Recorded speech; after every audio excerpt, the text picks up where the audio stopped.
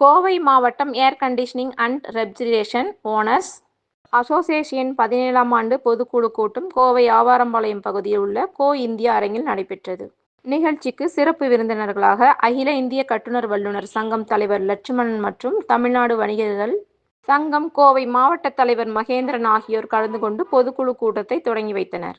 நிகழ்ச்சியில் முதல் நிகழ்வாக செயலாளர் சதீஷ், பொருளாளர் நட்ராஜ், துணைத் தலைவர் பாலசுப்பிரமணியம், துணைச் செயலாளர் கண்ணன், துணை பொருளாளர் முரளிதரன் ஆகியோர் குத்துவிளக்கேற்றி நிகழ்ச்சியை தொடங்கி வைத்தனர்.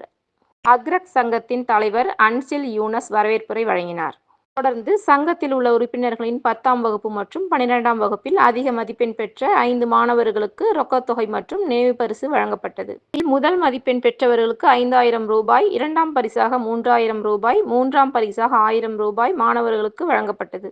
அதனைத் தொடர்ந்து பணியின் போது உயிரிழந்த சங்கத்தின் முக்கிய உறுப்பினராக ஆறுமுகம் அவர்களின் குடும்பத்திற்கு அக்ரக் சங்கத்தின் சார்பில் 7,27,500 ரூபாயும், சங்கத்தில் இல்லாத மற்றொரு உறுப்பினருக்கு 76,300 ரூபாயும் வழங்கப்பட்டது. தொடர்ந்து சங்கத்தின் முக்கிய தீர்மானம் நிறைவேற்றப்பட்டது. அதில் ஏசி வாகனத்தில் ஏற்படும் தீ விபத்து குறித்து உறுப்பினர்களுக்கு விழிப்புணர்வு பயிற்சி வகுப்பு நடத்துவது மற்றும் பணியின் போது பாதுகாப்பு அவசியம் குறித்தும் விவாதிக்கப்பட்டது.